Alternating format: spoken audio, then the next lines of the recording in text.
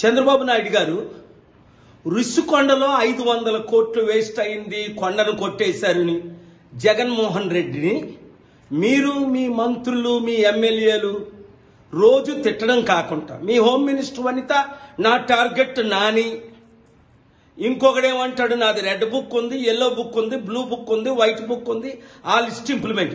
అందుక మీరు ఈవీఎంల ద్వారా గెలిచింది ప్రజలకు న్యాయం చేయడానిక? గుర్తుందా? పవన్ కళ్యాణ్ ఏమన్నాడు?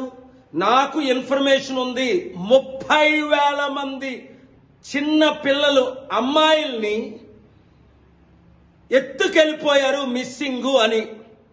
అది పవన్ కళ్యాణ్ ఇప్పుడు మీ హోమ్ మినిస్టర్ వనితని టార్గెట్ చేసి ఈ 30,000 కుటుంబాలకి మిస్సింగ్ అయిన అమ్మాయిలు ఎక్కడున్నారు వాళ్ళని తీసుకొని రండి. స్పెషల్ స్టేటస్ కి నేను ఆల్రెడీ ప్లాన్ చేస్తున్నాను, సక్సెస్ అవుతాను. మీరు నేను కలిస్తే ఇంకా ఈజీ అది.